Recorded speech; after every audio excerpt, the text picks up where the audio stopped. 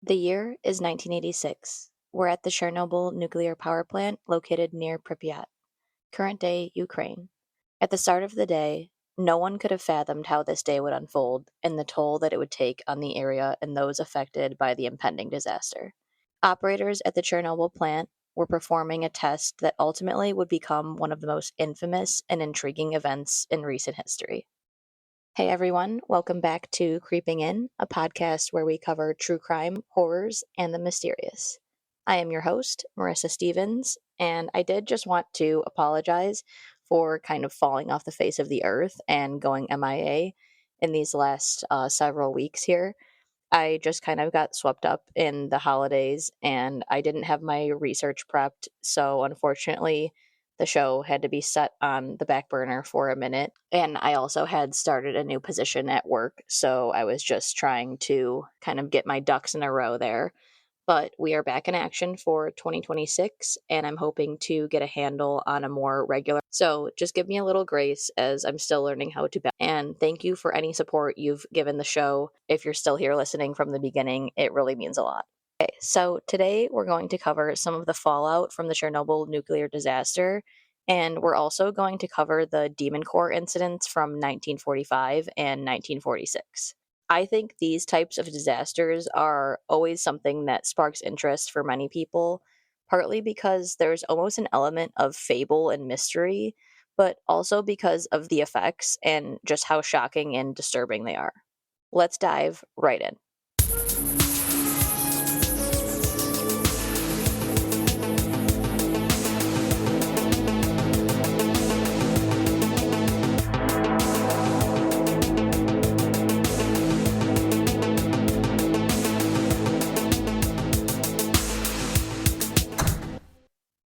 During the test I mentioned earlier, a simulation was run to play out cooling down the reactor during an accident in blackout conditions. This would, of course, be a very stressful situation if it was encountered. So, running the simulation in theory was a great idea because it would give those operators at the plant an idea of what procedures they would need to follow during an event like that. This test was originally supposed to be run by the day shift operators. However, a nearby regional power station had gone offline unexpectedly, and the grid controller put in a request that the continued reduction of Chernobyl's output be postponed until they were back online to handle the peak evening demand in power. This day shift didn't end up getting to the test before the end of their shift, and this was then passed on to the evening shift. But this was done at the near tail end of the evening shift. At 11:04 p.m., this regional power station signaled to the Chernobyl plant that they could continue with their test. This meant that the night shift would have very little time to prepare for what was now their role in this test procedure.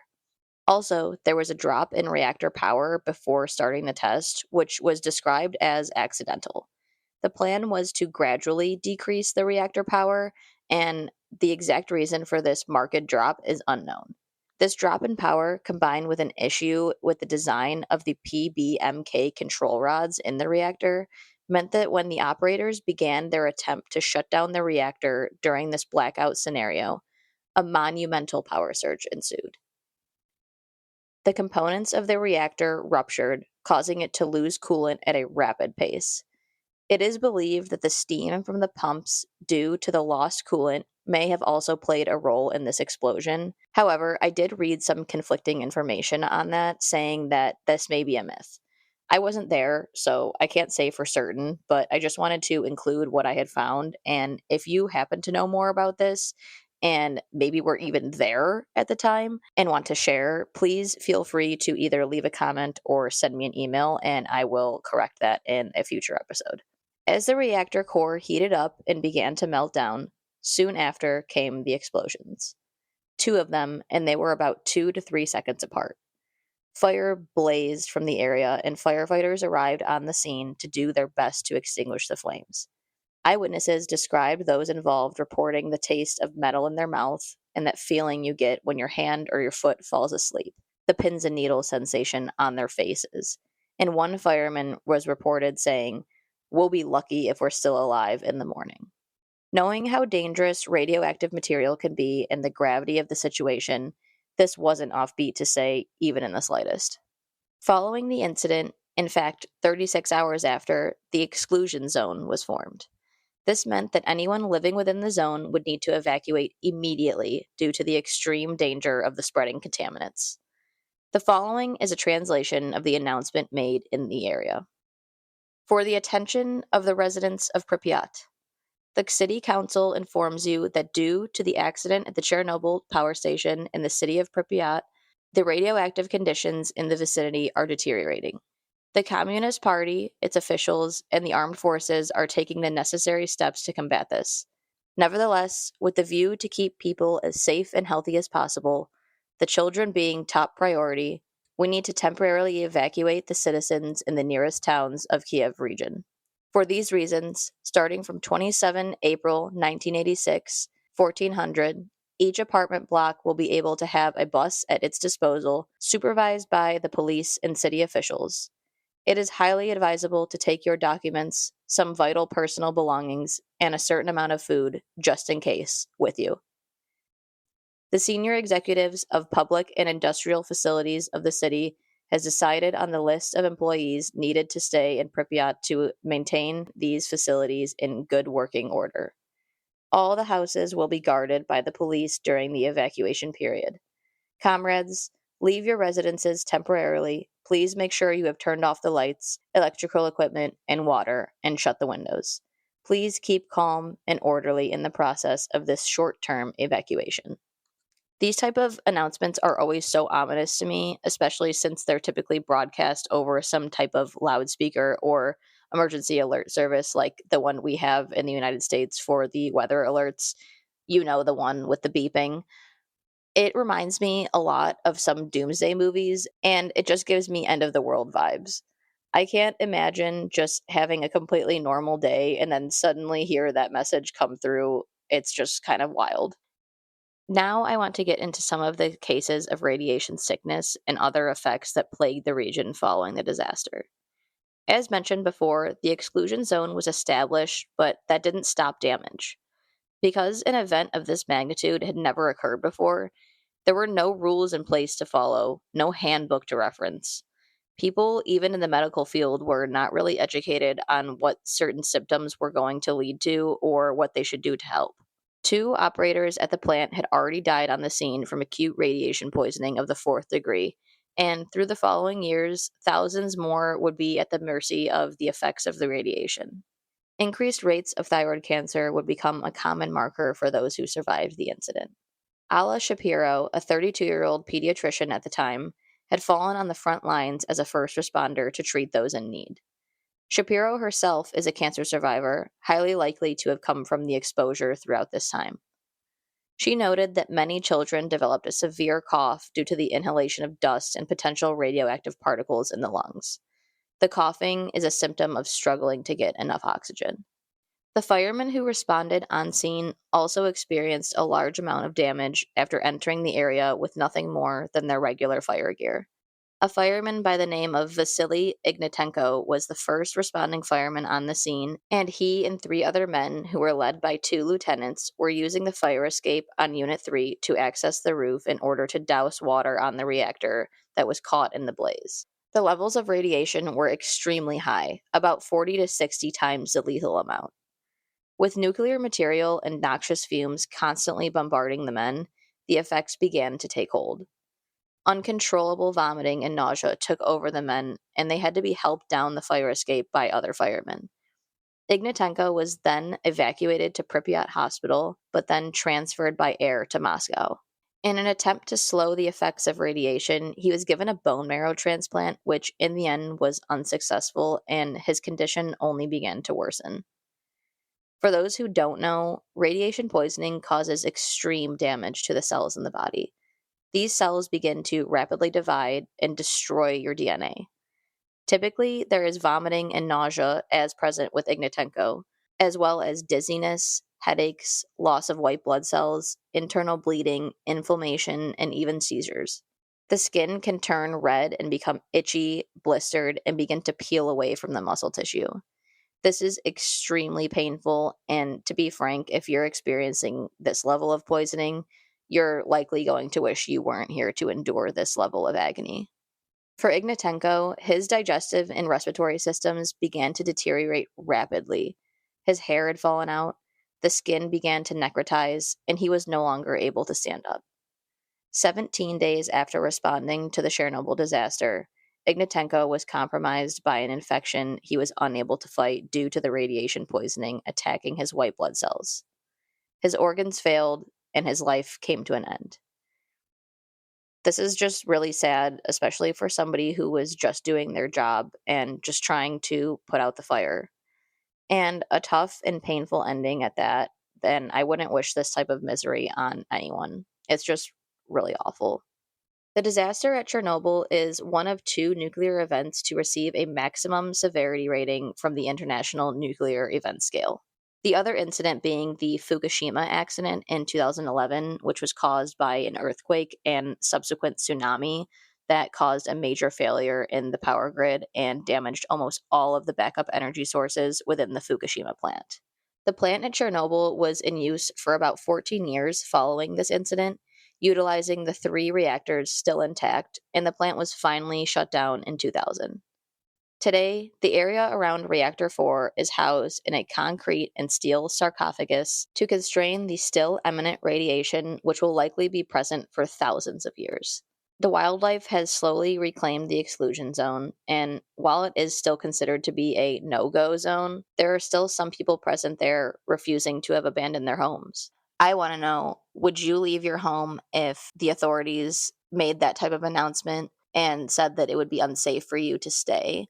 Or would you not want to leave your home and say, I'm just going to see what happens? I don't know what I would do, honestly. I think that's a really hard decision to make. I think it's really tough to think about abandoning your home and not knowing really if you're going to come back. I know that in the announcement they said it would be temporary, but knowing what we know now, we know that for many it was not temporary and they never returned. So I guess I wouldn't really know until I was faced with something like this, but let me know what you think. Next, we're going to talk about the Demon Core incidents. Demon Core refers to the sphere of plutonium gallium alloy that ended up being the culprit of these 2 separate radiation incidents. This sphere was created in 1945 by the Manhattan Project, which is a research and development program that many of you may recognize for their efforts in producing the world's first nuclear weapons during World War II. The infamous Demon Core was akin to the core used in the Nagasaki bombings in Japan, which resulted in hundreds of thousands of deaths. The core is 3.5 inches in diameter and 14 pounds, created by 2 hemispheres that are separated by what is called an anti-jet ring. Physicist Harry Daghlian, born Harrowtoon Krikor Daghlian, was very bright and excelled greatly in his field. In 1938, at 17 years old, he began his studies at MIT, originally pursuing mathematics, but later finding his true passion with particle physics, which was quite new and up-and-coming at the time. Later, he would pivot and graduate from Purdue University with a Bachelor's of Science. On August 21st, 1945, at the Los Alamos lab, Harry was focused on attempting to build a neutron reflector. A neutron reflector is any material that reflects neutrons. These reflectors include materials like graphite, beryllium, steel, tungsten carbide, and gold. Reflectors can make a subcritical mass become critical. In order to understand the critical versus subcritical, I need to go back a little. To start, fission makes neutrons. Neutrons then go on to make other fissions, therefore releasing more neutrons, which is a fission chain reaction. In a critical environment, a neutron is more likely to cause fission, or make more neutrons, versus in a subcritical environment where the neutron is more likely to escape, not causing fission. When Daghlian was working with the plutonium core, he had stacked bricks made of tungsten carbide, one of the reflective materials which was inching the environment closer to criticality.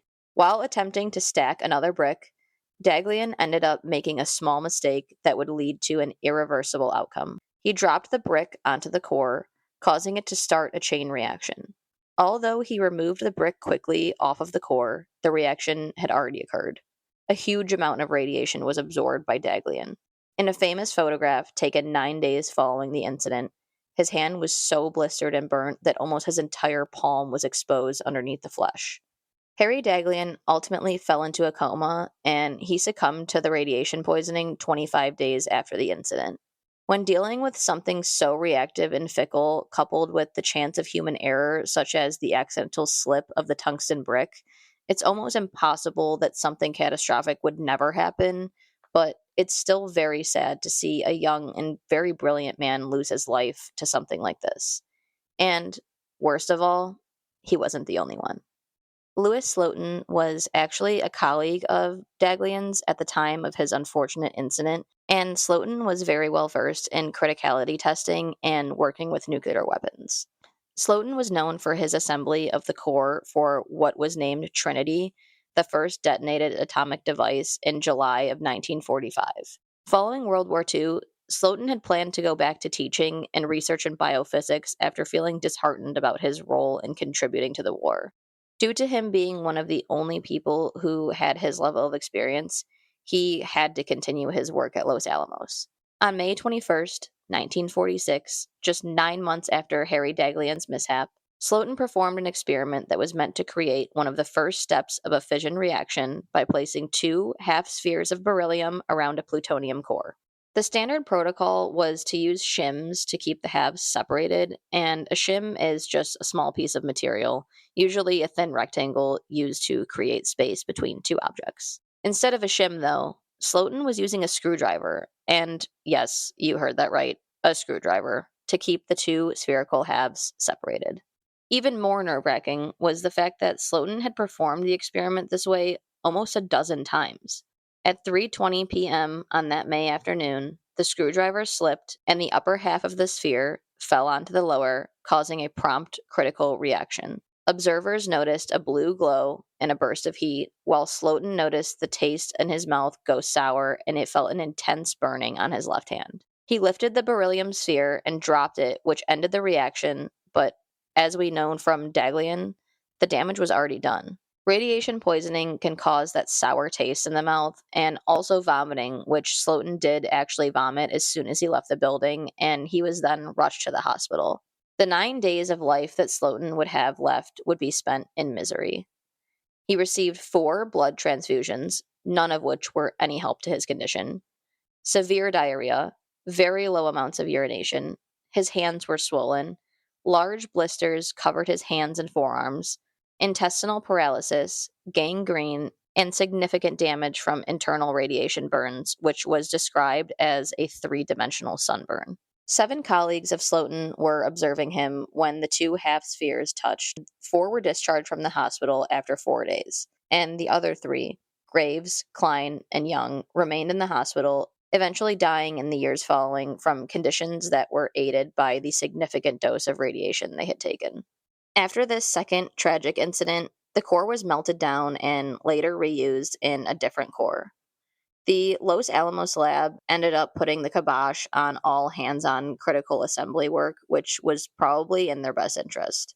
So the Demon Core became the Demon Core after these 2 very tragic catastrophes. I've actually heard that nuclear energy is a relatively clean energy source as well as efficient, but it's events like this that make us very fearful and hesitant to trust. I am not a scientist or a physicist, so I'm not 100% certain on whether this is true or not, but it's definitely interesting to think about. I truly would not wish radiation poisoning on anyone, just like one of the most horrific things that you could experience, and it really makes you take a pause when you think of the legacy of something like Chernobyl. So let me know what you guys think. Especially in the Demon Core incident, do you think that Slotin's experience was just due to like his carelessness of using something so ridiculous, it seems, as a screwdriver to keep the halves separated? Or do you think it was just the luck of the draw and the fact that he had, experimented like that almost a dozen times that it was only a matter of time before something would happen? If you have anything that you'd like to add about either of these events, either Chernobyl or the Demon Core incident, or just an episode suggestion in general, you can leave a comment on the Instagram post for this episode. Our handle is Creeping In Podcast, or over on our YouTube channel, which is Creeping In Pod. You can also reach us by email, which is creepinginpodcast@gmail.com. And if you enjoyed this episode and want more content like this, please give our show a follow and share it with a friend. This really helps us to reach more people, and it's very, very much appreciated. Thank you so much for listening. Please stay away from any nuclear reactors or plutonium cores, and I will chat with you guys next time.